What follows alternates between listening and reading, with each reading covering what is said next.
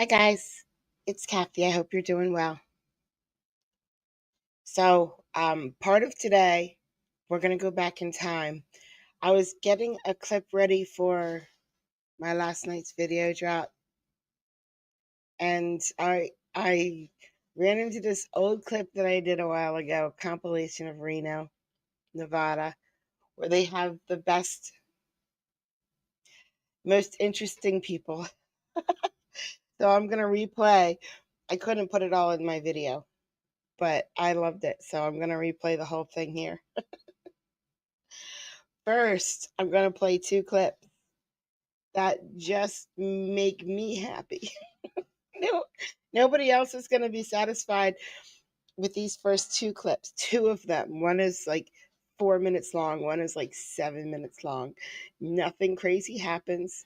You guys aren't going to laugh or cry or scream, but they both make me so happy. And, 2 of you will understand why. And neither 2 of you are probably here, and that's fine. And then, okay, once we get through the Reno, then we're going to Colorado. And early in the docket, this lawyer pisses off this judge, but the lawyer's there for the whole docket, so that she just has to keep rolling after she gets in trouble. So let's start with the 2 clips. Now, this first one is Washington. I'm pretty sure it's Tacoma. I'm sorry, I almost lied to you. It's Tacoma, but they do get Nisqually cases. I am geographically disabled. I don't do geography very well, ever. I've never have, never will be able to. So I don't know if Nisqually is close to Tacoma or not. But they do get Nisqually lawyers and cases in here. So I'm guessing they're close. I don't know how close it is to Forks, though. That's the question. How close is this guy right here to Forks? Could he be a Cullen? Could he? This is can't remember his name, but I'm head over heels in love with this prosecutor. Head over heels in love with. I would marry him. I would marry that man right there. And I just really, really am averse to marriage. Dixon, Mr. Dixon, that's who it is. And he's so snarky, but he's not in this video. I try to get him to be snarky, and I never can, but he's really good. So this is the first clip, 7 minutes long. His name is it Mike? I know it's Richardson, I think, or Dixon. Dixon. Are we able to keep that where it is? Oh, okay, that works. Okay. All right, Ms. Brandvold and Mr. Dixon, if you are ready, the court can hear Mr. Estrada's case. All right, that's Manuel Estrada Ornelas, 23CR7494. This is a show cause hearing. The affirmative on this case had already been done, that being an 8-hour anger management course and completion of treatment. We're here today because of a pending charge. Put him in jail. Just, nope, guilty. He guilty. Put him in jail. Thurston County, 5A0283485. That case remains pending. I'll defer to defense. City's position would likely be that we just set over for some progress to be made there. No. Thank you, Ms. Brandvold. Good afternoon. Good afternoon, Your Honor. Bailey Brandvold here on Zoom, representing Mr. Estrada Ornelas. Put him in jail. We are here. I saw that this was set over from Monday. I got a little bit more information from him about his travels for work. He works in construction, and so does a lot of work over on the eastern side of Washington when the rain is not messing things up for them. So he's currently on the eastern side of Washington.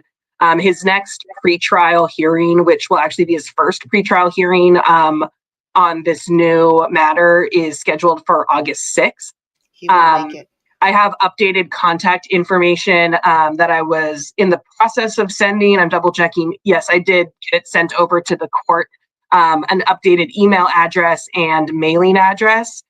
Given that he's on the eastern side of Washington and isn't at his mailing address right now, he's asking that any future court correspondence go to his email address since that's more reliably checked.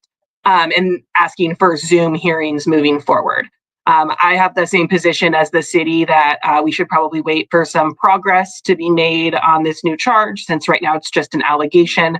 I'm not sure if the city wants to set it over 60 days, or I see a nod from Mr. Dixon. So I think setting it over about 60 days to another Zoom calendar is the defense's ask. And the city would be in agreement. I was thinking beginning of October, ideally, with him being, I mean, given all the affirmatives are done here, there's really not a lot left to monitor in between. And, you know, he's working and he's got these other court obligations. So you know, if it works for the court on Zoom for either October 1st or October 8th is perfect. Mr. Dixon, why are you being so nice to Mr. Estrada? Why? Perfectly fine with the city if that works for defense. I think at that point we should have a pretty good idea what direction these are headed. I mean, like it's a hit and run in a D3. So I mean, I'm not ruling out the possibility that he works out a compromise, a misdemeanor, and then gets an amendment, in which case he's got a hit and run. Yep, that checks out. He's got a hit and run, guys. there's no violation here. So just want to give him time for that all to play out. And with that information, I'll just ask the attorneys. The court currently has the 1-year review hearing scheduled for September 12th, 2025. Will the attorneys be in support of just setting the 1-year review hearing for the October date? Yes. Ms. Brenvold? That sounds great with defense. Okay. Good afternoon, Mr. Estrada Ornelius. Good afternoon. Am I pronouncing your name correctly, sir? Manuel Estrada Ornelas. Yes. Okay. Thank you so much. I appreciate that help. So we're here for a show cause because you have a pending case out of Thurston County District Court. One of your conditions here on this contract is that you maintain law-abiding behavior. So we're monitoring that. But you signed up for a 2-year contract with the possibility of the 1-year early dismissal. So what we're doing today is technically we're rescheduling your 1-year review hearing, and that's going to be October 8th. At 1:30 via Zoom. So you'll have the Zoom option. So regardless of where you're working, hopefully you'll be able to log on with us. Your attorney has provided us updated contact information. So we'll mail you as. So Judge, you're saying he cheated on his contract that he made by getting another case outside of the cases that he had. He went and got another one, cheated on that contract. And you're just going to reset it to make sure that that relationship is going to work okay first. And then you're going to just let him go, get away with it. Okay. As well as email you a copy of today's court's order. Okay. Okay, perfect. Okay. So we're going to set it as a 1-year review hearing / a revocation hearing. And I'm doing that because, as Mr. Dixon indicated, if it does get resolved without a conviction, right, you could potentially get the possibility of an early dismissal if you are otherwise compliant with the contract. If not, if you take some type of plea, or if there's some type of guilty finding there. The contract was till death do you part, not early dismissal. The city could ask this court for a revocation of the contract. So we want to make sure that you are fully advised as to everything that could happen at that next hearing. Okay. Okay. Any questions, sir? No, that's all. Okay. And then I'm just going to double check legal financial obligations. Okay. That was the first one. We got one more. That's just for me.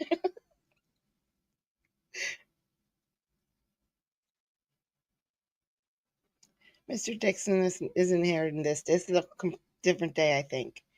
I don't think it's the same docket. I go through a lot of Tacoma videos, so I just don't know anymore. That's right. This is Jorge Estrada Silva, 24CR24005 on for pretrial, and D00053327 on for pretrial. Michelle Doyle for the city. Thank you, Ms. Lee. Thank you, Your Honor. Amanda Lee, Department of Assigned Counsel, on behalf of Mr. Estrada Silva, who is present out of custody and seated to my left. I did e-file a speedy trial waiver on both cause numbers. The reason we're asking for this set over is Mr. Estrada Silva did just get a new cell phone number, and so we haven't been in great communication. So we are working on that, have meetings set up. He stopped calling, he stopped texting, he stopped writing you. To get this case hopefully moving forward. We're asking for an next court date on either a Monday or a Friday in approximately 30 days. The next available Monday works great. Ms. Doyle. So no objection, Your Honor. I will just say that this case is getting pretty old, at least the D00 matter. So this will probably be the last agreed continuance. Understood. Yeah, this was, we were hoping to have a resolution at this point, but I expect that the next hearing will be either a trial set or a resolution. Great. Good afternoon, Mr. Estrada Silva. Hello. We're here for a pretrial conference. I have here a waiver of right to speedy trial. Did you review your right to a speedy trial with your attorney? Yeah. Do you understand, sir, that you have a right to a speedy trial? Yes. By allowing Ms. Lee to affix your electronic signature, you are extending the last day the city could bring you to trial to October 16th. Is that your understanding? Yes. Thank you. Sorry, see that blue light right there? We're audio recording, and so I have to just get your responses affirmatively. I see your head. Are you saying communication is hard for him? Yeah. Nodding. I just wanted to make sure that the record was clear. Okay. Any questions about your waiver of your right to a speedy trial?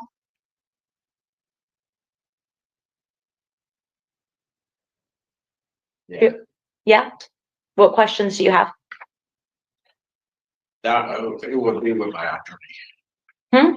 With my attorney. Okay. Do you have any questions about your extending your right to a speedy trial? Okay. All right. I will find that you're waiving your right to a speedy trial knowingly, intelligently, and voluntarily. I will grant defense's request for a continuance, noting this will be the last agreed continuance from the city. No other objection from the city, and all of your conditions will remain the same. Your conditions are to have law-abiding behavior, no similar occurrences, maintain contact with your attorney, as well as updated contact information with the court. That court order looks good. Have no contact with the alleged victim, have no possession of firearms, dangerous weapons, or a concealed pistol license, comply with all no contact, protection, and/or restraining orders. Any questions on those conditions, sir? All right. Tacoma, Washington, room 134, 230, room 134, 134, 134. It says it right there. I almost lied to y'all again. No Estradas are going to jail today. That's okay. There's always tomorrow. It's time for Reno. All right. I have signed and printed that order. We'll see you back on August 18th at 9 a.m. here in courtroom 134. Here's Thank you, what sir. I like about this Washington courtroom, this 134. The other Nisquallies and the other Washington courtrooms, they're so slow. They click the paperwork. They have to wait for the other side. Goes all around to all three of them: judge, prosecutor, defense attorney, and it just takes forever. But not here. They're quick. They get them in and out here. Let's go to Reno now. I think I'm talking at the beginning, so I'm going to fast forward it. But this was from one of my clips from 2023. So when you hear that their crimes were in 2023, they haven't been sitting in jail that long. This is just an old clip. You know, a compilation of a. All right, so Derek, your case number is 23CR12939. I remember Judge Shelley so well. This was before this is a YouTube judge, but this was before anybody else knew that this court was there, so it was just me getting it. And there was Judge Shelley. There was Judge Draculich, which was on a different YouTube channel, so people were getting him. So it was her, it was Draculich, it was Hazlet Stevens, I think. Hazlet Stevens, and then there was that other one. Oh, sugar. She was the Regal judge. I called her the Regal judge. Oh, does anybody remember her name? Anyway, it was those four working together. This poor woman is sick, so leave her voice alone. And these are all Reno, Nevada. 9. And sir, as soon as my computer opens, there we go. You, sir, were charged in a criminal complaint filed on October the 15th, 2023 with the charge of trespassing. And that charge is that you willfully and lawfully returned to the property of Rayleigh's on South McCarran after being trespassed on October the 13th. Did you understand that charge, sir? Yes, ma'am. And how do you wish to plead to the charge? No contest, please. All right, sir. Do you understand by entering a plea of no contest that the court will find you guilty of the trespassing? Yes, ma'am. Did you understand your constitutional rights? You've been through this before, Mr. Lang, so I would assume you heard your constitutional rights a few times. Yeah, I've heard. I didn't get the video this morning, but I already know. I understand. Do you have any question about those rights? No, I do not. All right, sir. You understand that the maximum penalty for any misdemeanor could be up to 6 months in jail and or a $1,000 fine? Yeah, I do understand. And sir, have you served in the United States military? No, I could have. I had a 95 percentile on the Agile score, but I was a psych patient, so I could not. I'm sorry to hear that, but thank you for your answers. I'll accept your plea of no contest as freely, voluntarily, and knowingly entered. City's recommendation is to sentencing for Mr. Lang. Thank you, Your Honor. This is a trespass at the Rayleigh's on South McCarran. It looks like Mr. Lang was trespassed earlier in the day and came back about 4 hours later. He has a lengthy history with our court. I'm looking at his last sentence. We know dozens and dozens of cases. He was last seen on September 13th, and he was given 20 days in custody for a trespassing. So I'm going to request that Your Honor give him 30 days on this one. We've tried to help him. He continues to reoffend, doing the same type of offenses and being a nuisance to our business community. Thank you. And Ms. Burning, on behalf of Mr. Lang. Your Honor, I would be asking for credit for time served. What happened with Derek is that he went into the Rayleigh's, he was trespassed, but he didn't have his wallet. He left his wallet in Rayleigh's, so he left. He went over, I think to Dottie's, I'm not sure exactly where, and then he went back 4 hours later when he couldn't find his wallet, and he wasn't aware that going back to get your wallet would be enough to have him trespassed. And so for that reason, I would be asking for credit for time served for Mr. Lang. Thank you, Ms. Burning. Mr. Lang, I'd like to hear from you, sir. That's totally accurate. I went in there because I forgot I was trespassed back in October. So I went in there trying to buy oysters and crab. They told me they refused to serve me, so I left. I did not make a scene or make any threats or any problems. I forgot where my wallet was. I realized 2 hours later it was at the Rayleigh's. So I went back to get my wallet, and then I did leave. And I don't know why they called it cost me. That the whole story that Catherine told you is completely true. And I didn't make any scene, so I don't know why they called it cost me. And the whole problem is I'm not going to go back there if I get released. And if you want to give me a suspended sentence, that's fine. Just have something over my head. I'm fine with that. I don't want this to be a big problem because I don't know where the problem came from. All right, Derek, I will, I understand the situation. I'm reviewing the facts of the case. I think alcohol may have had an impact here. No, I only had one beer all day. Well, it says that you were playing, that you stated you'd been playing the slot machines and drinking tequila.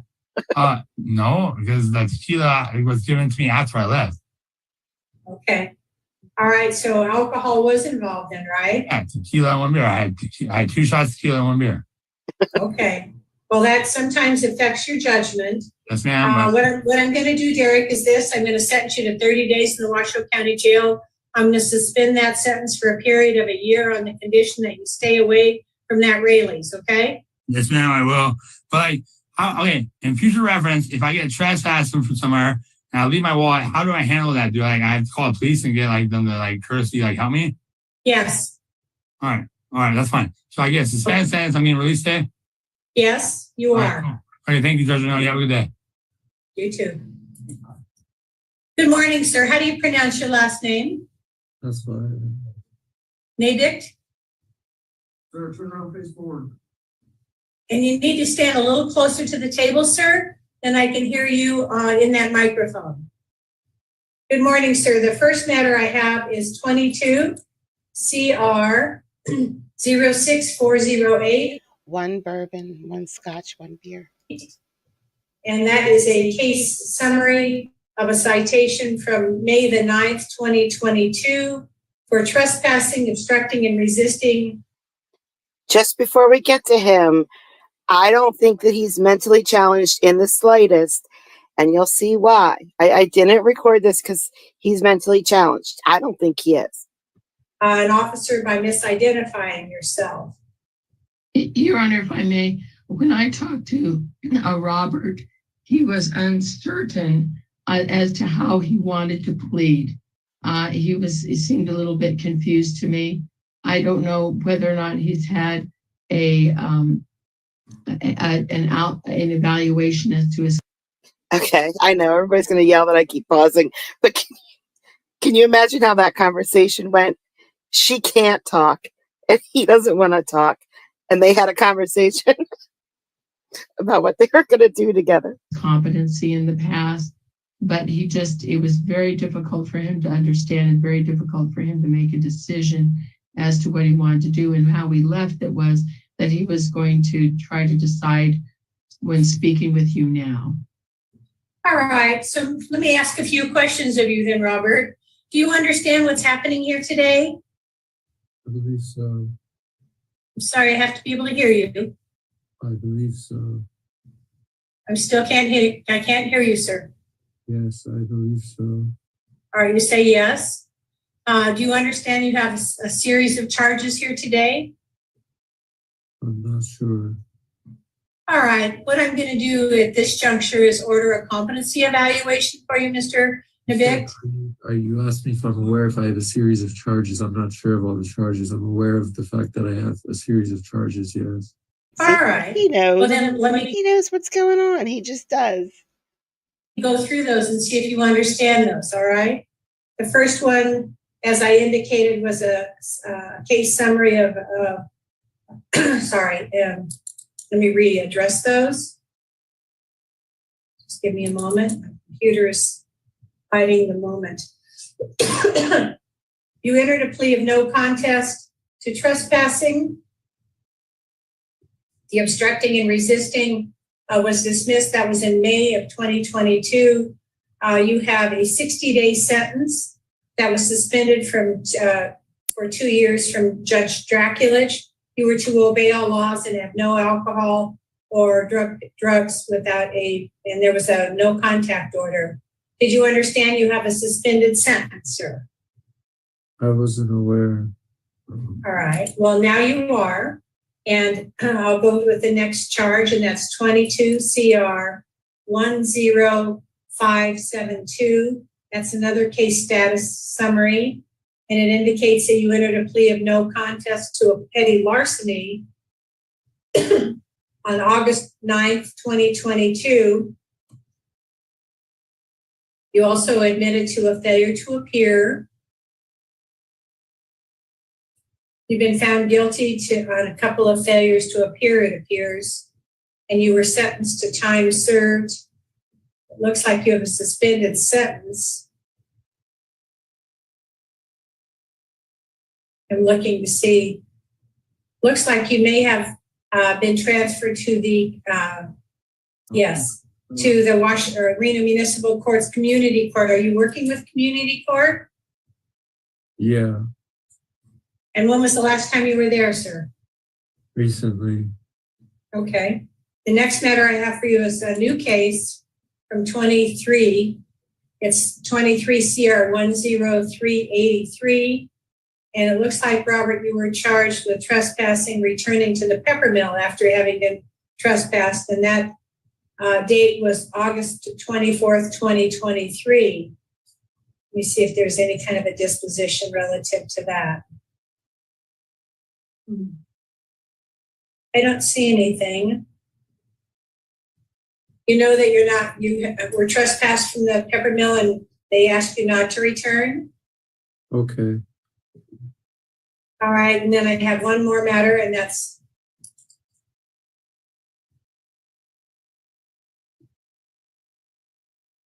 a criminal complaint that was filed on October the 12th, charging you with trespassing, that you went on the property of another and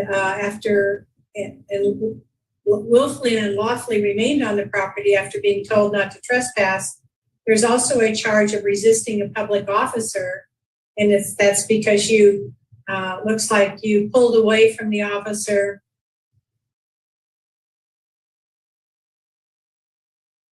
There's also a pedestrian under the influence of narcotics on a roadway charge.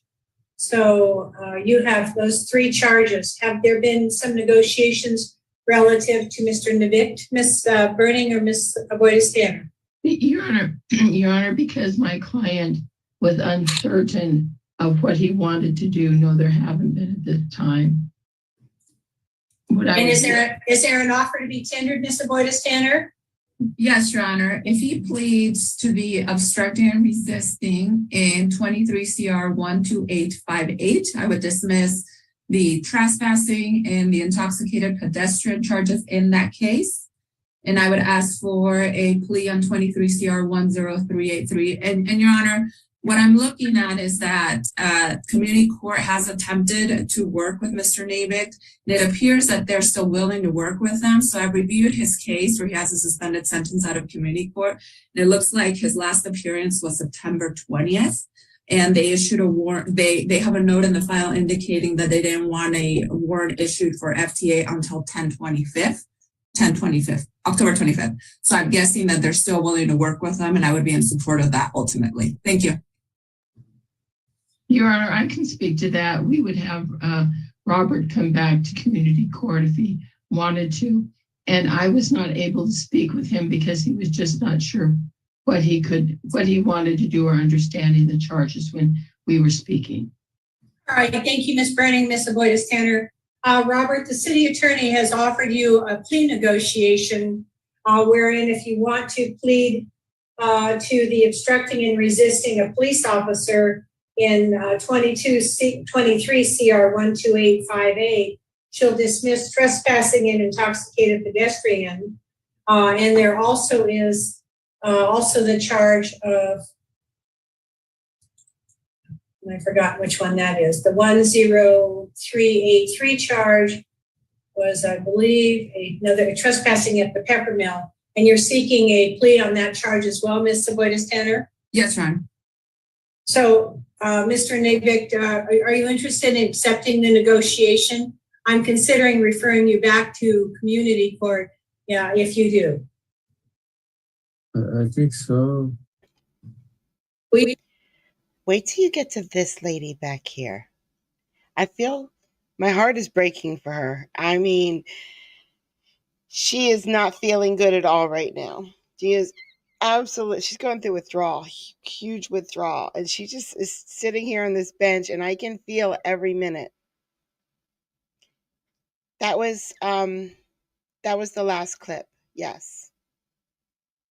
You have to be sure because these are criminal charges that will go on your criminal history. To work with community court? Yes. Okay, when would I do that?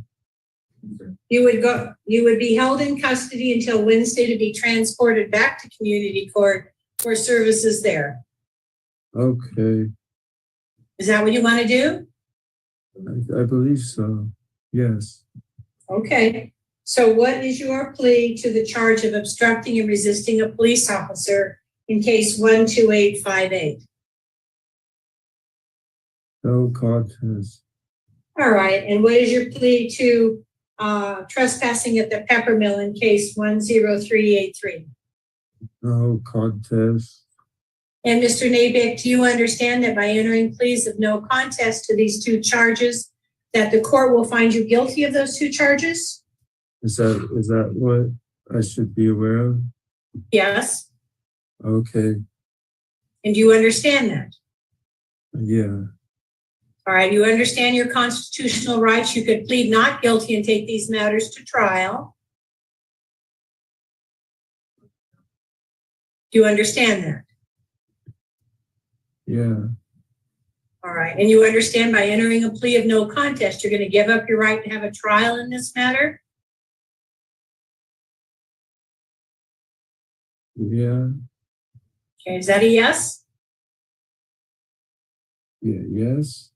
Okay. Did you understand that the maximum possible penalty for these offenses, the trespassing and the obstructing and resisting an officer, could be up to 6 months in jail and or a $1,000 fine each?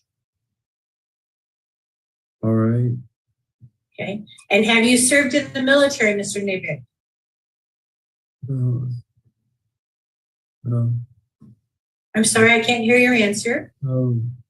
All right, that's a no. I'll accept your plea of no contest as freely, voluntarily, and knowingly entered. Excuse me. That's me calling the judge. All right, and what I intend to do then is, pursuant to everyone's comments about the fact that you seem to be amenable to treatment with the community court, I'm going to hold you for transport. Unless you have another recommendation, Ms. Aboyes-Tanner, did you want to have him sentenced on one or have the entire matter be transferred to community court? Your Honor, I would request that the entire matter be transferred to community court so that they have more to work with. And I would also, of course, request that he be in custody to be transported. Thank you. Thank you. And Ms. Burning, do you have anything you'd like to add? No, I think it's a very good choice for Rob to come back. Okay. All right. Mr. Nabik, do you have anything you'd like to tell me before I'm going to basically hold you until Wednesday morning where you'll be transported to community court for sentencing there, okay? Okay. All right. Good luck. All right, guys, that is the last of the normal people in Reno that we're going to see today. It just goes downhill from here.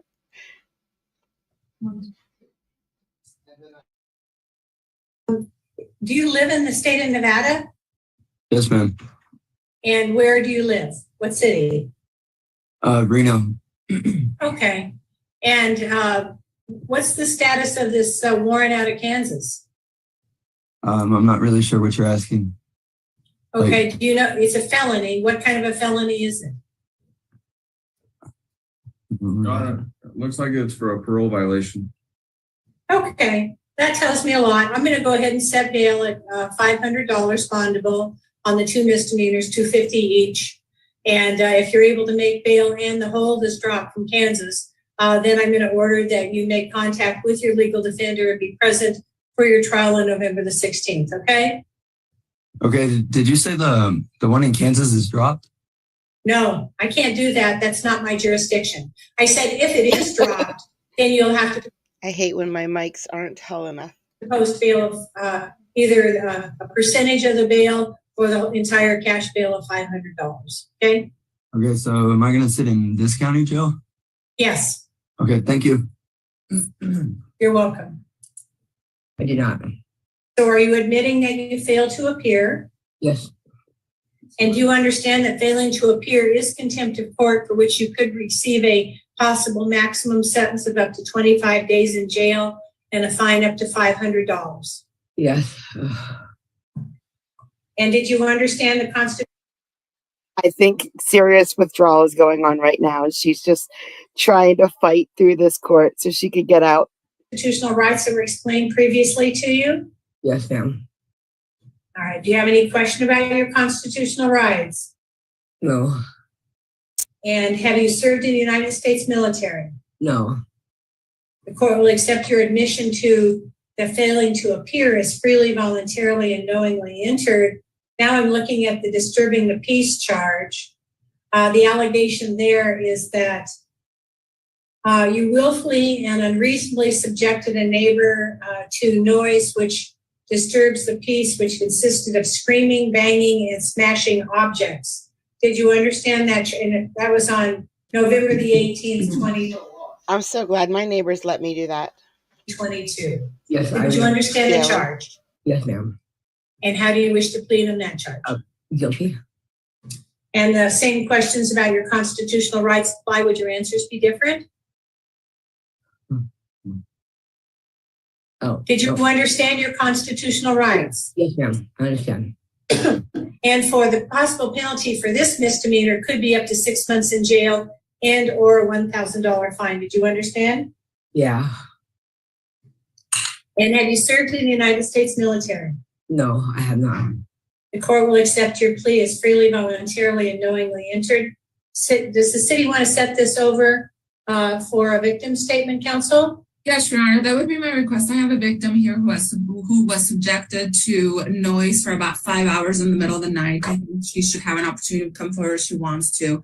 Now, moving forward, and maybe to save some time, I'm reviewing Ms. Connor's case. It appears that the reason why law enforcement had contact with her a few days ago is because she was walking in the middle of the street into traffic. And it appears that she also into traffic and indicated she's interested in substance abuse treatment. So maybe if Your Honor is inclined, setting her for a substance abuse evaluation while she's in jail. Thank you, Your Honor, if I may. Yes, of course. Excuse me. Ms. Connor let me know that she is already set for rehab at St. Mary's. Apparently she already had a bed, is what she's telling me. And it looks like it's going this one is sad, yes. Program for her. So that's what her intent is to do to release, at release. So the thing is, I think she's been in here for 3 days at this point, I think. Okay. So I know the 4th day is the hardest. She only has 1 more day to go to make it through that first 4 days, which is just, insanely difficult when you're trying to kick a habit like that. So she only has 1 more day to go, and she has no way of getting out. So she's going to make it through that day. And that was like in 2023. I wonder if she made it. I wonder if she went to rehab. She says here in jail now she wants to go to rehab, but everybody says when they're locked up, yeah, I'll take rehab. I wonder if she made it out of rehab. I would let the court know as the court is considering our resources with what to do with Ms. Connor. Thank you very much, Ms. Brennan. Is that a correct statement, Ms. Connor? Yes. That you're scheduled for a rehab bed?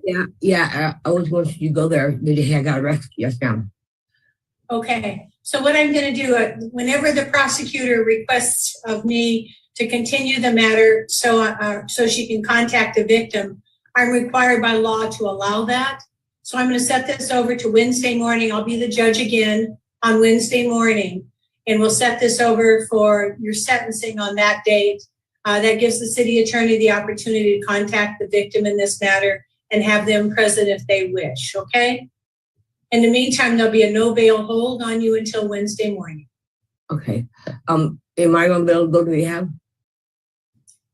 Yes, you're going to probably be able to go to rehab. Okay. Okay? Thank you. You're welcome. We'll see you Wednesday morning.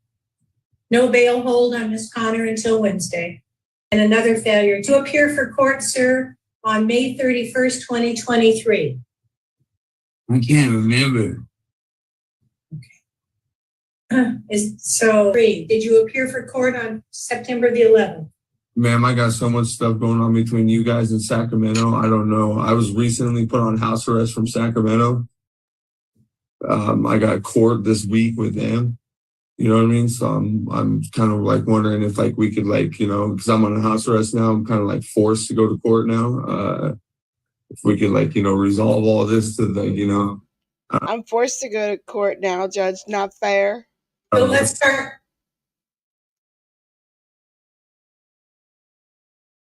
Stacy Dobson.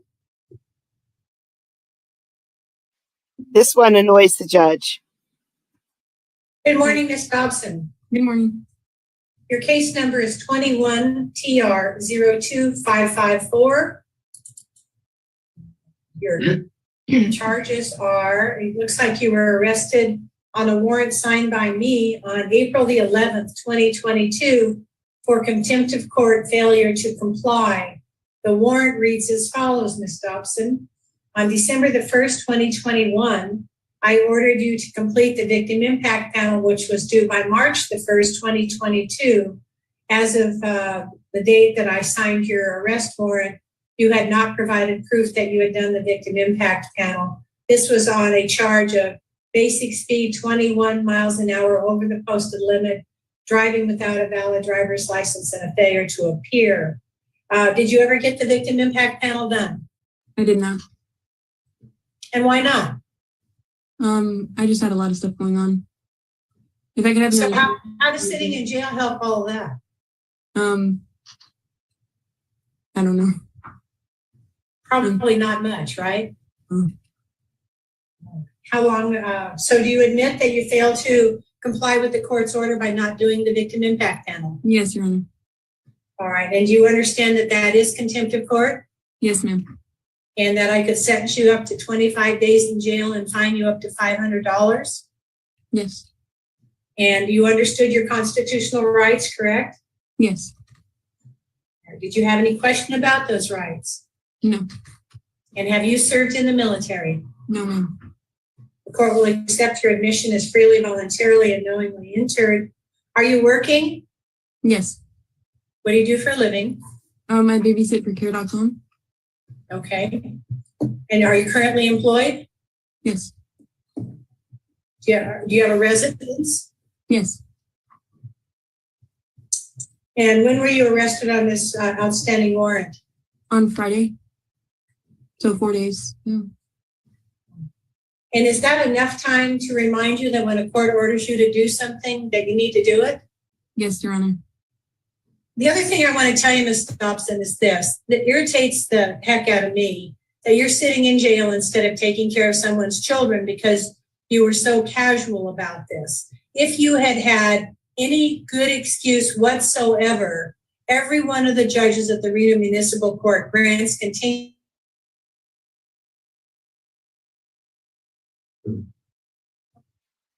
Now, what do you think is more annoying to the judge? That this girl just didn't care, or that her internet just crashed?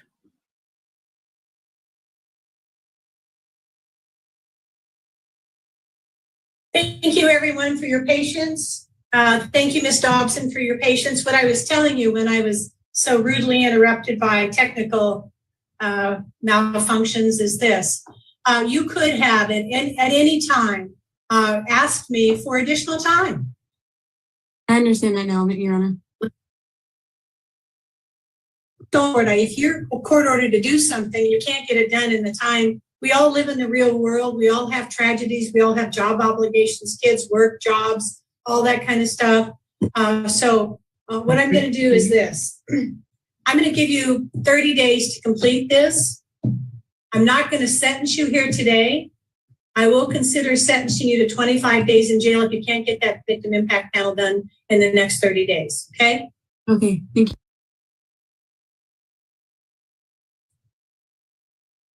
Ma'am. Good morning, Mr. Irwin. Good morning, ma'am. Mr. Irwin, I have two matters for this morning. The first is 23 CR 08186.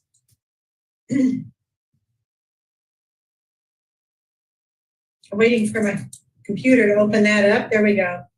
It looks like you were arrested on a failure to appear. If Micah puts a link in chat, I figured I would go to it so you guys didn't have to. And I thought it was fine. And then I noticed the inappropriate comment on the screen. Warrant signed by me on September the 14th, 2023 on a charge of disturbing the peace. It's alleged, sir, that you failed to appear for court on August the 9th, 2023. Did you appear for court on that date? I was on my way to court in the hallway, and I got held up, and then the court didn't happen, and I got sent back to my unit. I was in custody then. All right. If you were in custody, I'll go ahead and this. Last night I put out a video of him, but this part that you see right now is not in the video. I had to cut it out. So now you get to see the whole thing. Is the outstanding warrant for your arrest. Thank you, ma'am. I appreciate it. I was sleeping at a laundromat. Okay. All right. And let's go. So that charge is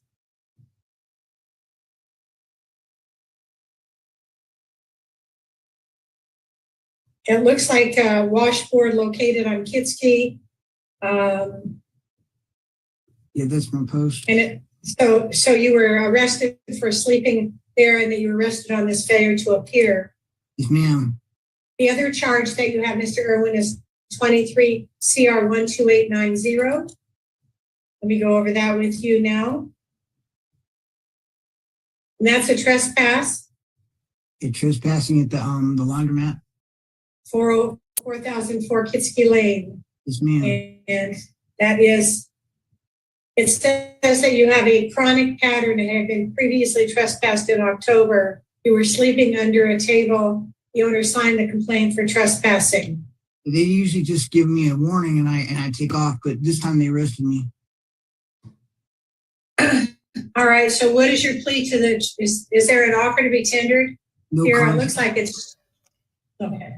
Well, that's not fair. That's not fair. All other 5,000 times when they told him he is not allowed to come there anymore, they let him go. This time they arrested him. Come on.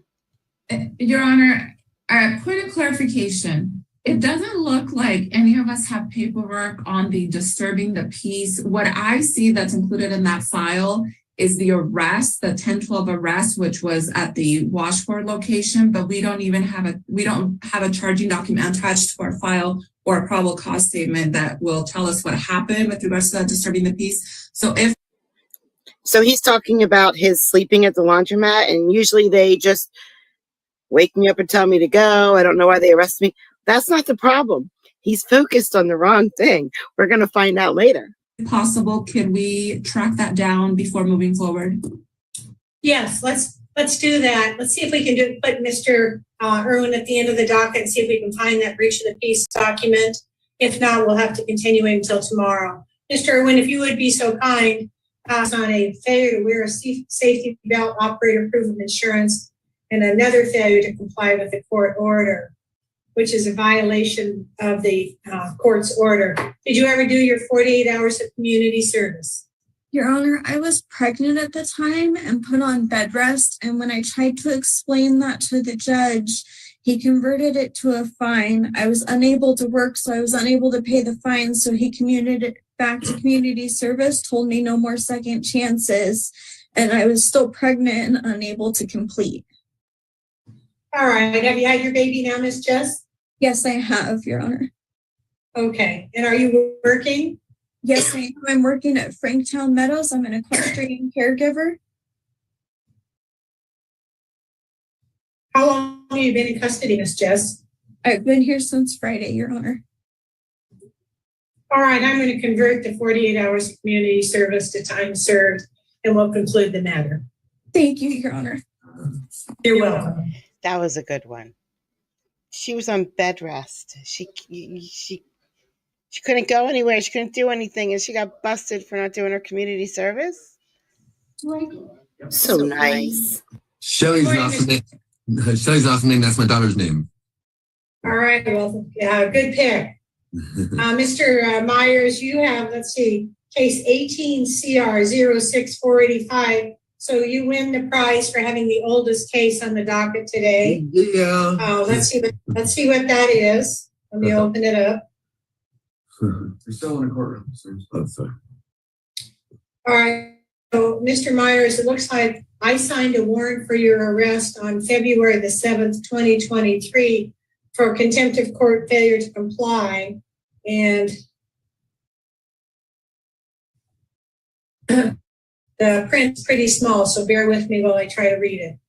It looks like on May the 22nd, 2018, I sentenced you to obey all laws, consume no drugs or alcohol without a prescription, and complete 26 weeks domestic violence counseling. Yes, ma'am. I did that online because of COVID, and I had 3 different certificates.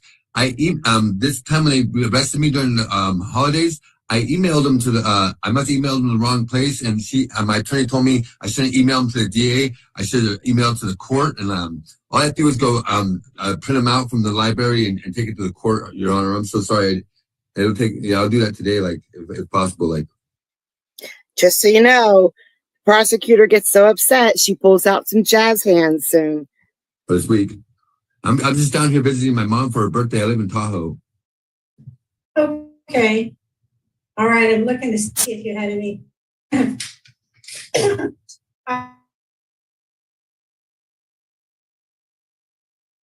Writing the paperwork to the appropriate place, is that correct? That's all I have to do, yes. I'm sorry. All right, sir. And did you understand your constitutional rights? Yes, ma'am. You have any question about your rights, sir? No, ma'am. And you understand that contempt of court could draw up to 25 days in jail and a fine up to $500? I do. All right, sir. Did you say you served in the military, Mr. Myers? Yes, I'm Air Force veteran, ma'am. All right, well, that goes a long way with me always, Mr. Myers. So what I'm going to do is this. And Your Honor, may I be heard on this one? Yes, you may. Thank you, Your Honor. It looks like Mr. Myers was already taken into custody on a warrant for failure to comply prior to this one. This was in December of 2022. And it looks like at that time, he told the court he just needed to get the right paperwork. Your Honor gave him until January 2nd, 2023 to provide the paperwork to the court. He didn't do so. And he also failed to stay in touch with pretrial services. It looks like they had to reach out to a different court to get his updated contact information, and he failed to report altogether. So with that, Your Honor, he's back before you months later. His case is sold with the same excuse. My position is that it's time to revoke him. He has no intent of getting this done. So I'm going to ask for revocation today. Thank you. Thank you, Mr. Boyer. I'll give you the opportunity to speak, Mr. Myers. Let me hear from your lawyer. Your Honor, I think that I don't agree with that at all. I think that in our court system, my client actually, as he explained to me, did an email to what he said was the lawyers, the defense, not the defense counsel, but the prosecutors. And what he said was district attorney. So our system can be confusing for a person who doesn't deal with it daily. So he thought at that time that he'd done everything he needed. He sent the email off to the district attorney, thought he had done the right thing, and lo and behold, he's arrested again. So I would ask that he not be revoked and he be given that opportunity to provide the paperwork. He had problems with the computer. This was during COVID. He was having trouble uploading documents, making sure it went to the right place. What we talked about was he would print those documents out and go down to the court and present them to you. I would ask the court to give him that opportunity. Please, Your Honor. So, Mr. Myers, who did you do your domestic violence counseling through? I did through Evito, online. And I had 3 different things. I did domestic violence, I did anger management, and I did 3 different certificates, ma'am, online. Evito, E-V-E-D-O. So all I had to do was print them out. Like I said, like I tried to email them, and I'm not that good at computer. I can go down to the library right now and print them out, and there's certificates. And I got 3 different certificates for anger management, domestic violence, and memory loss. Domestic violence ones, ma'am. All right, here's what I'm going to do. I'm going to release you on your own recognizance. I'm going to give you 1 week to provide those documents if they're not prepared, if they're not in the Reno Municipal Court filed appropriately by next Monday, close of business. Next Monday's day is, hold on a minute, I'll tell you. The 23rd of October.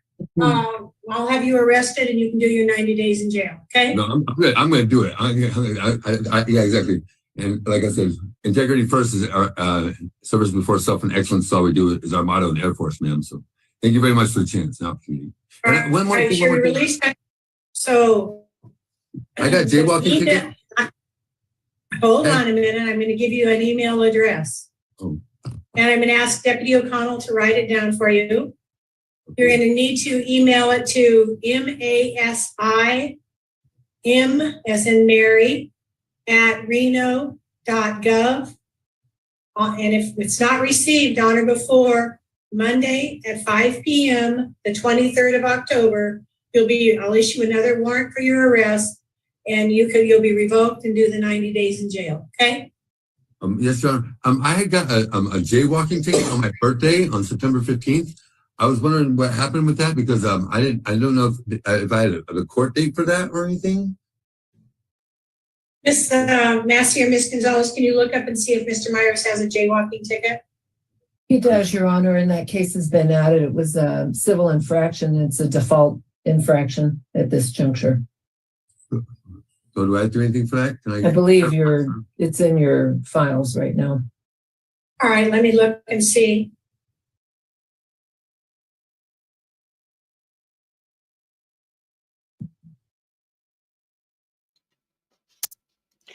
Hey, Josh, one of the kittens that we had, super friendly, super cuddly, super purry, super little all gray with little white paws. I named him Joshua. All day long, I'm yelling throughout the house, Josh.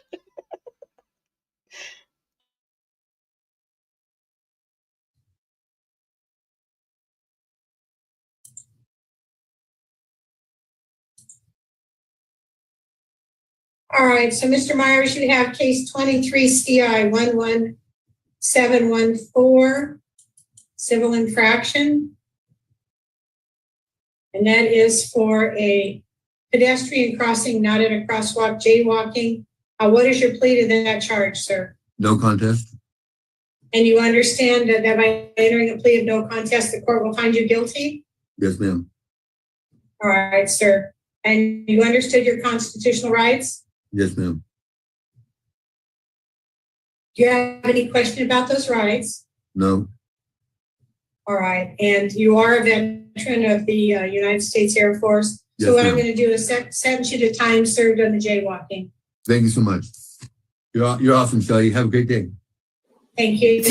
Let's do that. He called her Shelly. Mr. Irwin, come on up. Thank you. Good morning again. Morning. The second case was, I think, 23 CO. He's back. He was the one before that was sleeping at the laundromat. Now they get into a different problem. 128. Let's see if that's the correct one. 12890. Is that correct, Ms. Boyda-Stanner? I'm sorry, Your Honor. It would have been the first case. So it's 23 CR 08186, disturbing the peace, and the citation was emailed to all of us. Okay.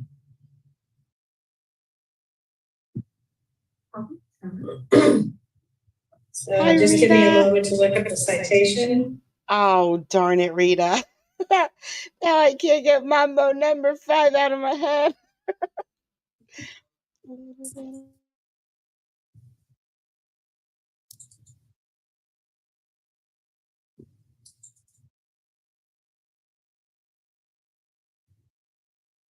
Okay, my first my first document is a failure to appear.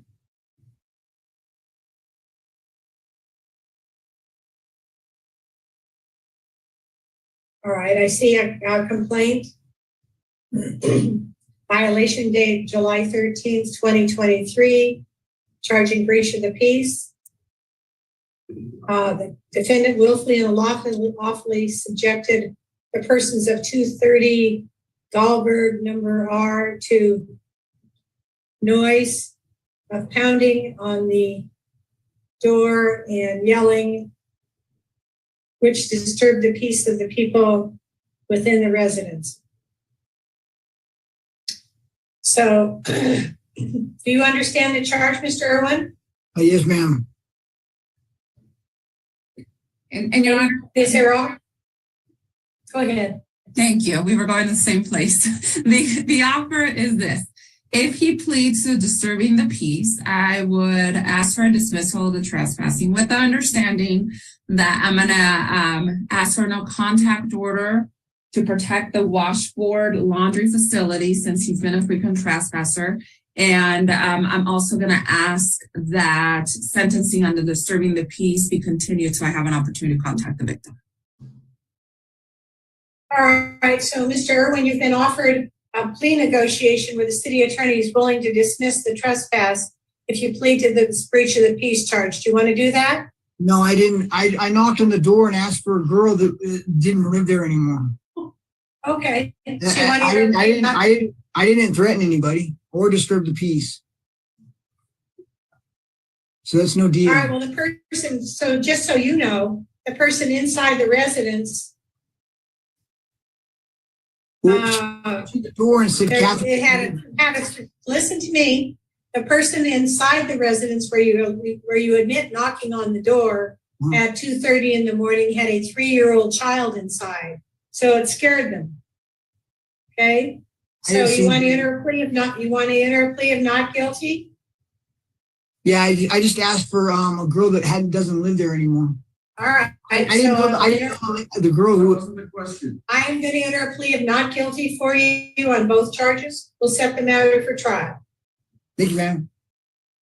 I will appoint a legal defender. This is the type of offense for which Mr. Irwin could receive jail time.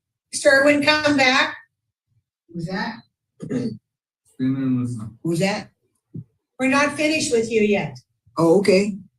I'm going to give you a trial date and a legal defender. That will be November, November 15th at 8 a.m. with Ms. Mayhew.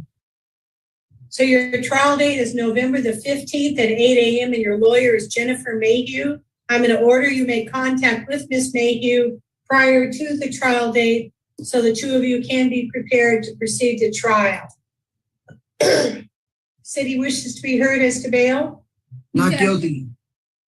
Yes, thank you. We've got that, Mr. Irwin. Thank you. Yes, Your Honor. Now we're discussing whether or not your bail. I'm requesting in this case $1,000 bondable with a no contact order. And the basis for that is because Mr. Irwin has a number of failures to appear on his record. I'm reviewing his record with our court. It looks like we began seeing him in 2014, similar types of charges. He has picked up 6 cases in 2023, and he's failed to appear twice on those cases. I do have a pretrial assessment report, and it looks like he's been living in Washoe County all of his life, but he doesn't have a fixed address and hasn't had one for 2 years, unemployed, no means of support. Thank you. Thank you, Ms. Burning. Your Honor, in talking with my client, he let me know that he does not have a residence at this time. I had asked if he was interested in community court. It's my understanding he was kind of thinking that over. So he does not have a way to pay bail, and I would be asking for his release on his own recognizance with the condition that he stay away from the washboard and from the residence where all the where he had allegedly knocked on the window or the door. And Your Honor, I believe that would be important given the fact that he will utterly have to remain in jail until his trial date if the court isn't willing to do that. This is Joshua. So, Mr. Irwin, are you living at the shelter? No, I stay at my dad's house, 3235 Piazza Circle, Reno, Nevada. My fault. All right, I'm going to take a chance with you, Mr. Irwin. You've amassed quite a few charges here. I'm showing your own recognizance with the following conditions: that you obey all the laws, you make your court appearance. If you fail to appear for court, I'm going to not be very happy. Thank you, ma'am. I appreciate it, ma'am. So you're to have no alcohol or drugs without a valid prescription, including marijuana, during the pendency of this case. Maybe you'll think more clearly about knocking on people's doors at 2:30 in the morning. That being said, you're to have no contact with the washboard laundry facility, as well as the residents of this address. And that is Do you have that address for us, Mr. Boydus Tanner?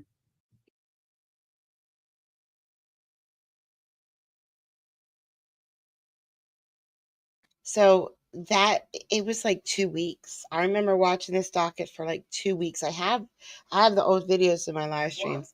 Her voice was bad for like it was bad. I felt so bad for her. And she's not feeling good either. What's Galilee? What is it? All right, so you're to stay away from Nita Barajas at 2:30. Alleged victim in this matter. If you go there, if you're found anywhere near that property, I'll have you arrested. Do you understand, sir? Hey, guess what, guys? Guess what? Me and Tina had an entire live stream yesterday. Just me and Tina. It was just me and Tina. No one else was there. So I decided to, when I make my 10-minute videos, I have to make a recording of those. I decided instead of making a recording of those, just live stream them on Twitch, and then I can take that and I can upload it into YouTube. So Tina was there. It was just me and her, one whole stream. I appreciate it, man. All right, please don't let me down. Do I have a release date? Yeah, today. You're released today. Directory unit.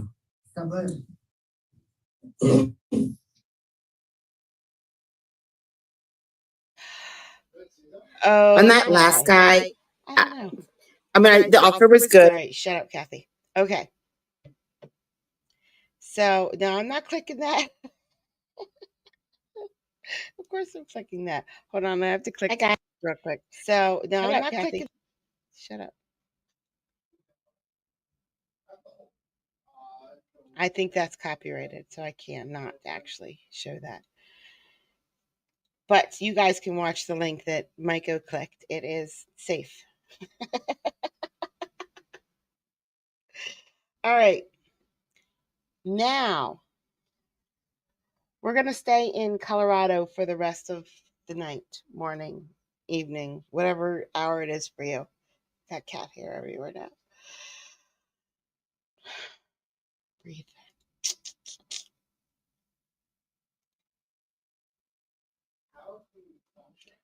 Oh, I should get the clip first. And what we're doing, so this attorney makes the judge mad right away. I didn't get the whole thing, but I got enough. And then the attorney has to sit there and finish out the docket with the judge. So we're just going to stay here until we get bored, and then we're going to go to OJ. I'm unable to be able to mitigate this case because I cannot get these records. It is not a solution to be able to send them into jail. Okay, I will make a finding. You are not unable to get the records. You are able to get records. There are a number of different and various ways that are proposed that you articulate where you're able to get the records. So it's frankly hyperbolic for you to state you're unable. That's not accurate, and it's not frankly true. As to the equal protection response. She's talking to an attorney, not a pro se litigant. It sounds like it might be a pro se, but it's not. It's an attorney. Do you have anything further on that? Do you want to address that? From what Mr. Wolf said? Yes. Judge, I think that Mr. Wolf, again, briefly reading his 8-page reply while sitting here in court, has a fundamental misunderstanding also about what not similarly situated people entail. I understand that each jurisdiction has its own department of human services. Boulder being separate from Denver, Pueblo separate from Denver. I understand that. They are each government agencies, and the fact that one government agency operating in the state of Colorado of a Department of Human Services is treating the law differently and it's being applied differently is a violation of Mr. Williams' equal protection clause under the Colorado and the Colorado and the U.S. constitutions. Had Mr. Williams been seen by the department in Pueblo, not in Pueblo, in Golden. Hold on. You state it. Give me a case that says different governmental agencies' interpretation and implementation of the law is an equal protection violation. Give me one case. I don't believe there is a direct case because this has not been litigated in Colorado. No, it doesn't have to be this specific issue. Any case that talks about different government agencies interpreting the law differently, how that's an equal protection violation. I cannot find a case to answer your honor's question. That said, the court is well aware of the general equal protection clause. I am. And I think you're wrong, which is why I'm saying, give me a case that supports your position. And Judge, I've answered that question. I don't have a case. I would say under the principles of the equal protection clause, this is a problem that somebody who is being seen by Denver Human Services is being treated than somebody who is being seen by Jeffco Human Services. That's a factual statement, but I need case law that would support your legal conclusion. And I cite the US and Colorado constitutions. Okay.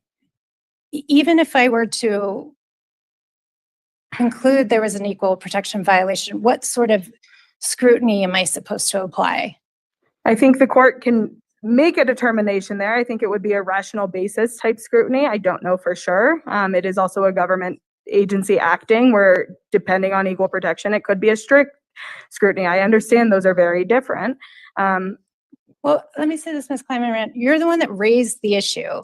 Yes. I would expect when you raise the issue that you have case law to support it, that you have case law that would articulate what scrutiny I'm supposed to apply. I mean, this isn't race, religion, sex. Your argument is that the Department of Human Services in Denver is requiring reading a statute inconsistent with other agencies and other jurisdictions, and pursuant to that reading of the statute, that you don't like the way that they propose obtaining the records.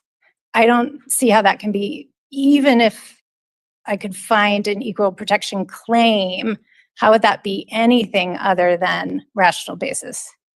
And even if the court wants to do rational basis analysis, I think there is a problem there.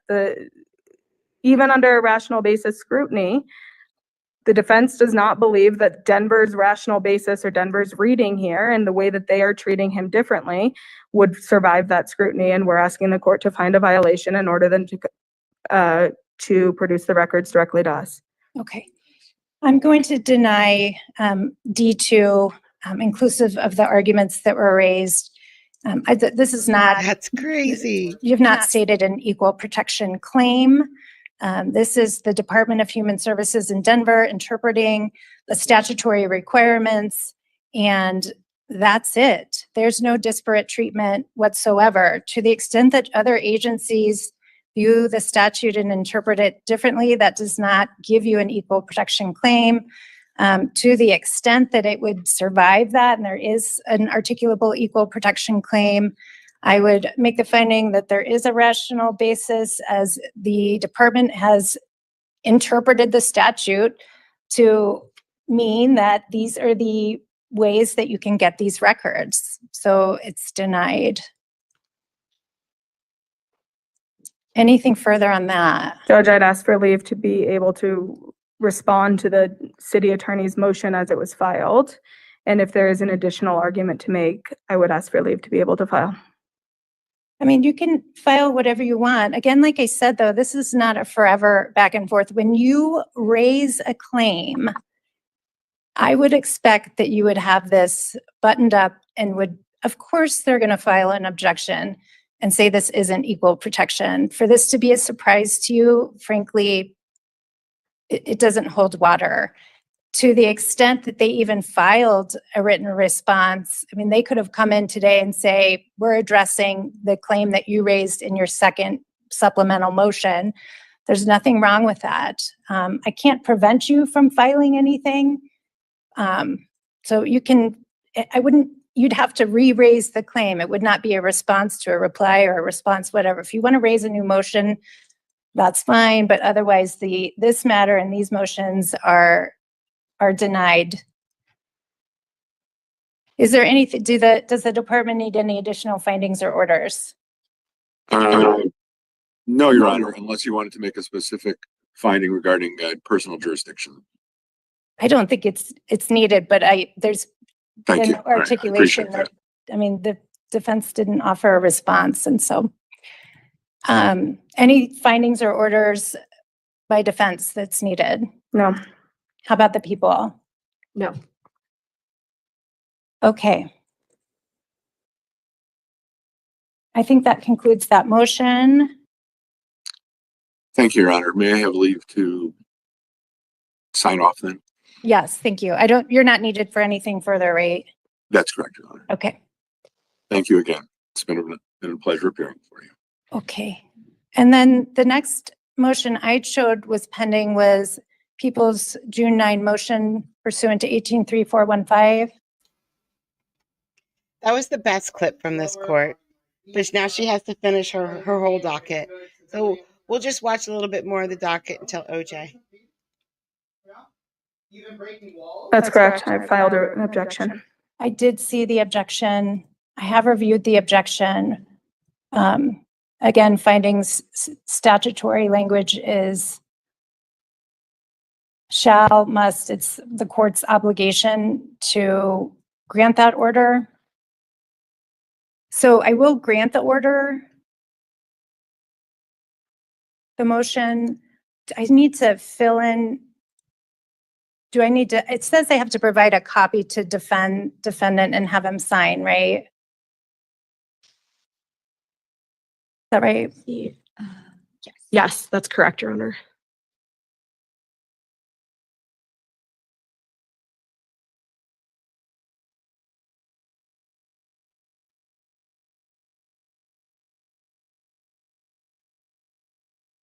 And Judge, I would ask that the court orally order that no member of the sheriff's department or the DA's office, whoever is taking the sample, asks Mr. Williams any questions. Okay.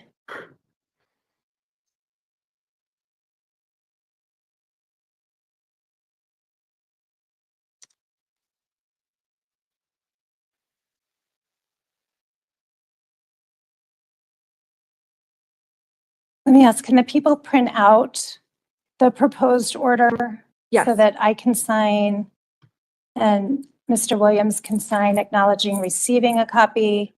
I will specifically order that no member of the sheriff's department detention facility is to ask any questions other than, I think you have to identify his identity for purposes of the effectuating the order, but shall not ask any questions of Mr. Williams regarding the substance of the case or the order, except to verify his identity. May I approach, Your Honor? Yes, please.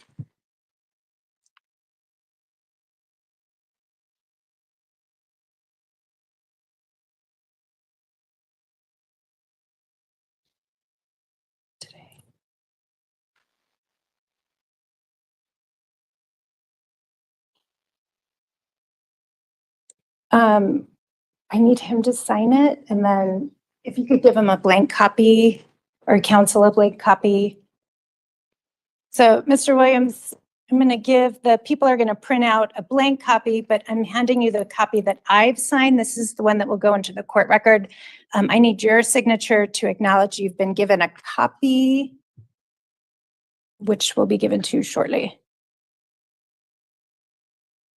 May I approach? Yes.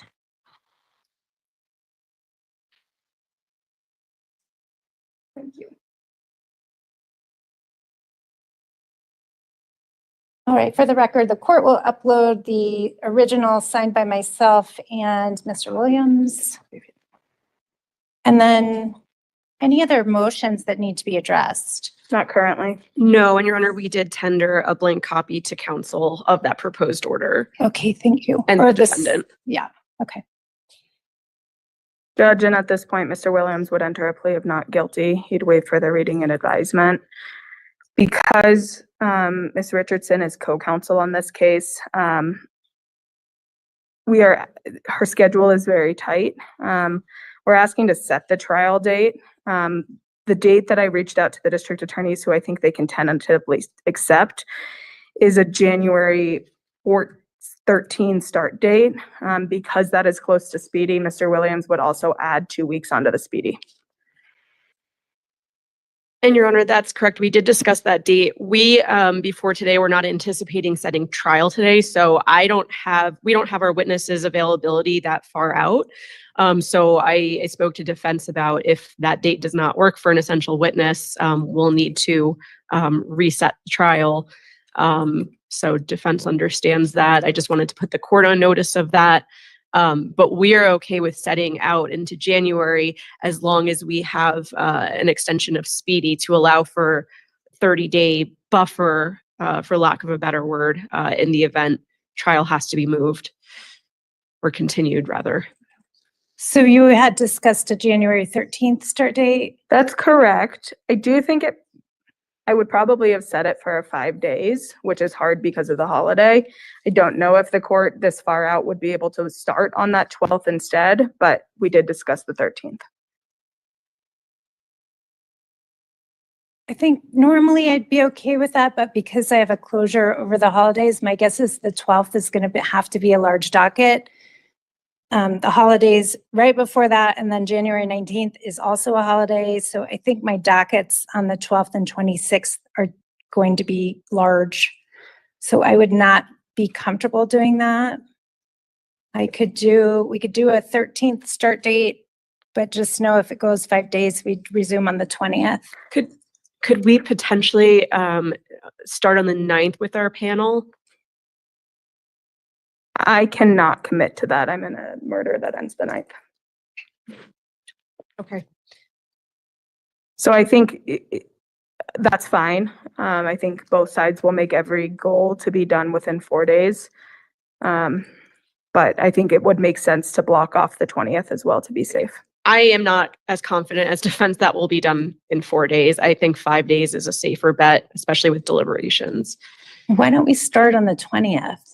I start a 8-day trial on the 23rd.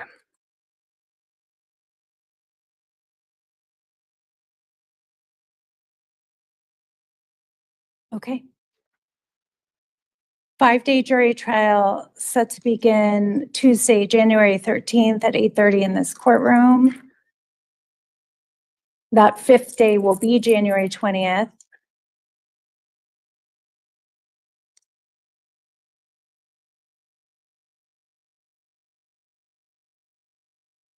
And then, Mr. Williams, I want to confirm on the record with you.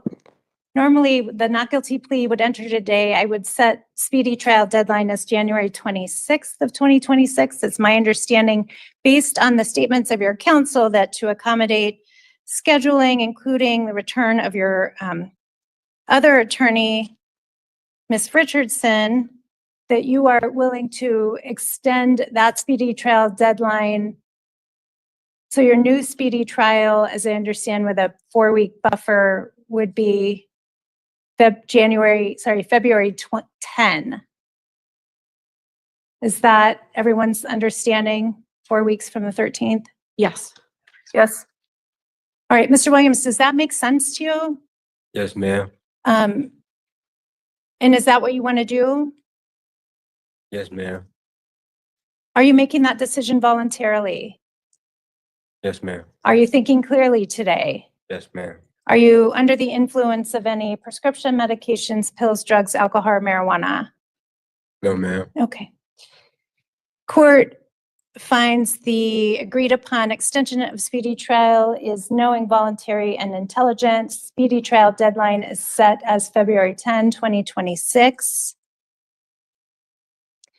The not guilty plea enters. How long do the parties need for filing of motions? I would ask for, because I'd ask for 35 days. Yes, that makes sense.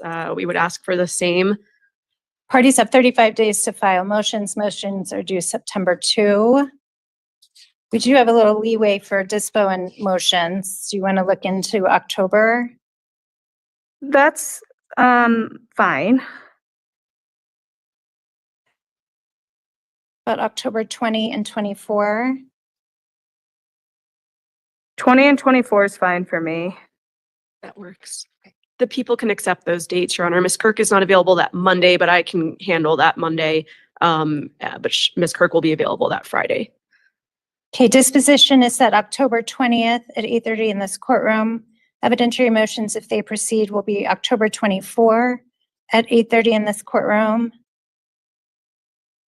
I will ask if it turns out, if you know sooner than those dates that those jury trial dates are not going to work, please coordinate and add on. Understood.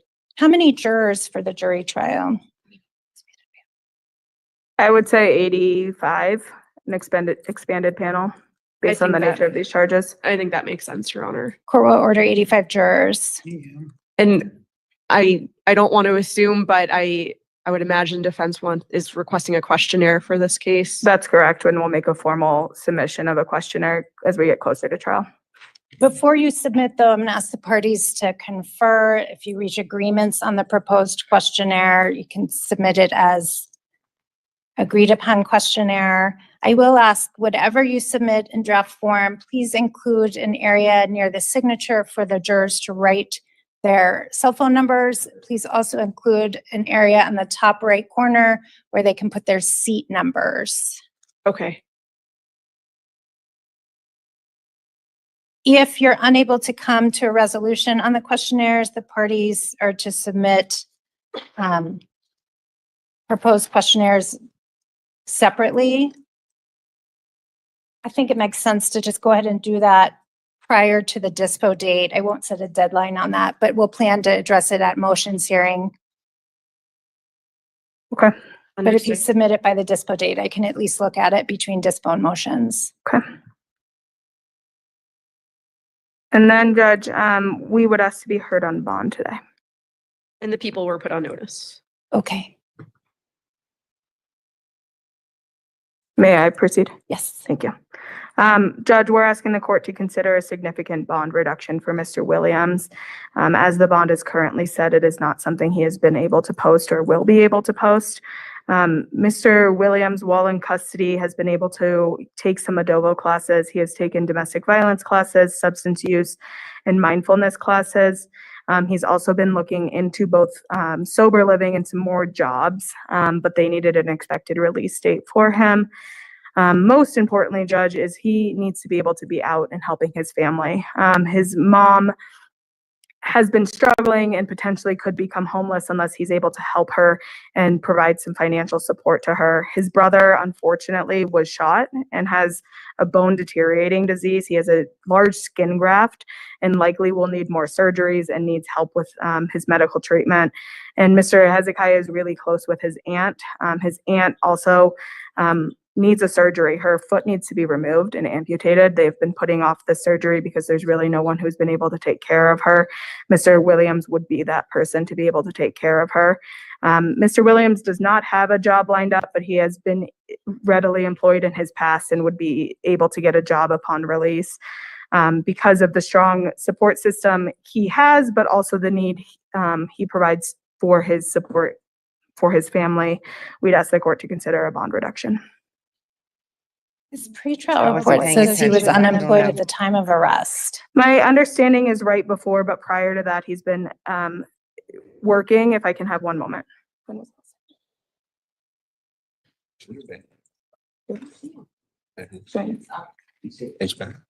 And Judge, he has been employed last at Christmas doing HVAC. So HVAC is readily the word I want, available as jobs. So I do think that he would be able to get a job doing HVAC pretty easily. Okay, from the people. Thank you. And Your Honor, I understand that the victim's mother is here and would like to give the court some input.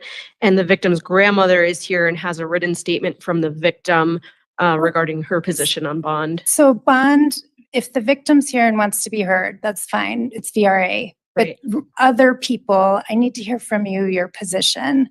And if the victim's here, VRA, I'll allow it if she wants to be heard. But a bunch of other people speaking, there's no right to that. And I think it should be coming from you.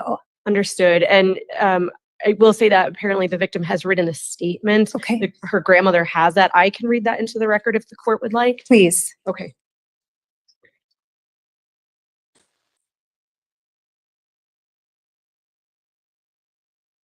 So, Your Honor, I will start with reading that. I will let the court know that the people are objecting, and then I'll make my record after reading the victim's statement. Okay.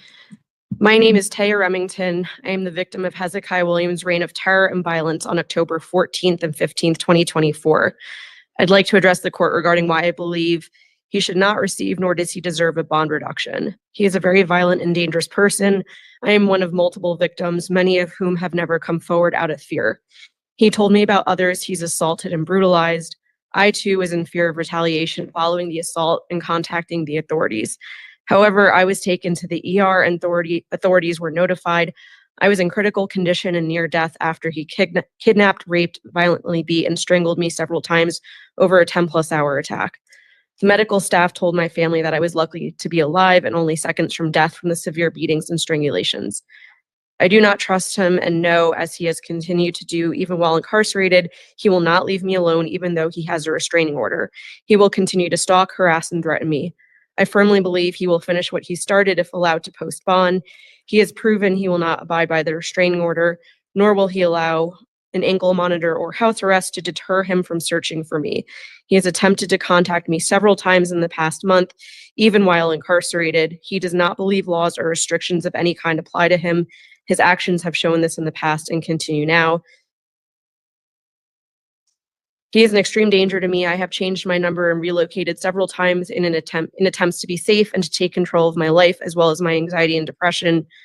He knows where I attend college, where I work. He has come to my workplace and college campus since this brutal assault took place. My life will be in jeopardy if he is allowed to post bond. And Your Honor, there's a few more paragraphs. I don't know if the court would prefer to read this or if I should continue reading it. Your argument. I'll continue. I'm in therapy on medication and attempting to salvage my life. I'm a full-time college student on the pre-med path. I have struggled, suffered, and sacrificed so much to not allow him to destroy my educational dreams and my well-being. I have mental, psychological, and physical scars from his attack on me. I have nightmares, anxiety attacks, and continual uncontrolled fear. I feel his evil presence every day. I seldom feel safe. I struggle every day to function normally. I want this to all be over with. I want him to be held fully accountable and justice to be served. I have suffered daily since October 2024. This evil-minded person is dangerous. He has hurt so many others before my vicious and brutal attack. He brutalized me for over 10 hours. He nearly murdered me. After the attack, he stalked and harassed me every day until he was arrested. I was in fear for my life every day until his arrest. Through the grace and mercy of my Lord and Savior, I was able to come to forgiveness. That does not change the fear I live with daily. It does not change the fact that Hezekiah Williams is a dangerous, violent, and vicious person. I beg of the court, do not allow him to post bond and gain the freedom to put my life in jeopardy again. Do not allow him the chance to make me a statistic. Please consider my safety and well-being. Please reject his bond reduction. Thank you, Your Honor. Taya Remington. Before you go into your argument, she mentioned recent attempts to contact her. What are those? So, Your Honor, I am not sure. I have ordered jail calls, and my office received them while I was out on vacation late last week. So I have not had an opportunity to review those yet. Okay, so you don't have independent verification of I don't. Okay. Your Honor, I agree with the victim. She has expressed to my office multiple times that she is very fearful of this defendant. These are extremely serious and violent allegations. The victim did mention other victims, and we are aware, while he has no prior convictions, Your Honor, we are aware of at least 3 other victims of Mr. Williams, all domestic violence victims, from prior police reports and based on conversations that he had in the jail that were recorded with one of those other victims. So Miss Remington is not his only victim. People have no intention of seeking anything less than a very lengthy DOC sentence in this case. So there is a fear of flight based on the exposure he is looking at on these types of charges. Since the invocation of this case, Your Honor, the people have added charges of tampering in violation of a protection order because while he was in custody, he was calling the victim. He then posted bond, and while out on bond, the victim reported to our office that he was contacting her repeatedly. He was calling and threatening her that if she did not see him, he would kill her. He was telling her not to show up to court. We did provide or receive the victim's phone logs, which showed that he was calling her as soon as he bonded out the first time. So his bond was revoked, was reset at $50,000 cash, property, or surety. Even after that, he continued to call the victim. So bond was then readdressed and was converted to a $50,000 cash only bond in county court. Your Honor, we have significant fears for this victim if Mr. Williams, if bond is modified and he is released from custody. We do not believe he will stop contacting the victim based on the behavior that he has continued to demonstrate. For all of those reasons, Your Honor, we believe he poses a significant safety concern to the victim and others, and that bond is appropriately set, and we would object to any modification. Will the court allow a brief response? Yes. Judge, only two main aspects. One, the added charges, we certainly acknowledge there have not been recent added charges indicating any recent violations. In addition, I would just say with regard to potentially 3 other victims, he has not been charged with anybody else except for Ms. Remington right now. So I would ask the court to take the fact he hasn't had those charges into consideration. And then I would also be asking for the district attorney to discover that statement to us as it talks about the facts of the case. We will do that. I had not seen that statement before today, so we'll get a copy and discover it. Okay. All right. The court's considered the arguments. I think obviously the changes regarding bond were determinations made in county court, and the court previously considered many of those allegations, the addition of new charges, and Mr. Williams' what appears to be continued attempts to contact the victim, notwithstanding the protection order, both while in custody and as soon as he bonded after his last bond date. So I'm incorporating although I wasn't there, but these matters were addressed by prior courts and determinations were made. Additionally, I'll note Mr. Williams is a CPAC category B with a raw score, ODARA score of 5, which puts him in the medium risk level. That pretrial report was done prior to the allegations that led to his revocation, so certainly bear on that in my mind. And so I'm finding that there's a community safety risk and a specific safety risk to the named victim in this case. The motion to modify bond is denied. Is there anything further? Good I don't job, believe so. Judge. Good Not from the job. people. I'm not getting that trial, by the way. I think I'm going to leave that trial alone. Right in Colorado, right where it belongs. All right, guys. Most of you will, hardly any of you will be bumped right over to OJ. I'll see the rest of you later. I hope you have a great day. Bye, guys. Thank you so much.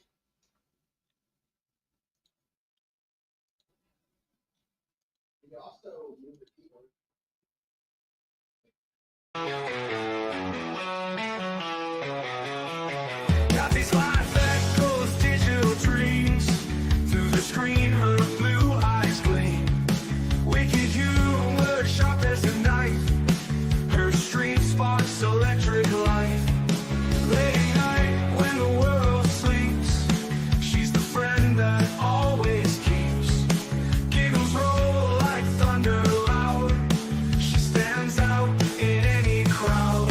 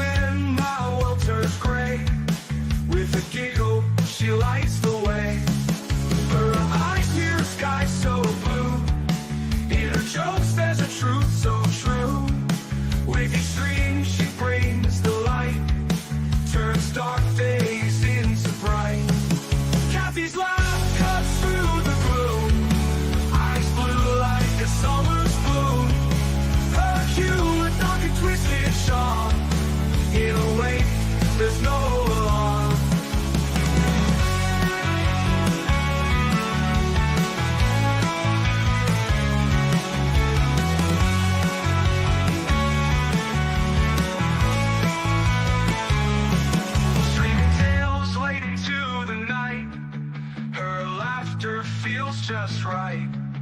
Even when my world turns gray, with a giggle, she lights the way. Kathy's laugh cuts through the gloom, eyes blue like a summer's bloom. Her humor dark and twisted, sharp. In a way, there's no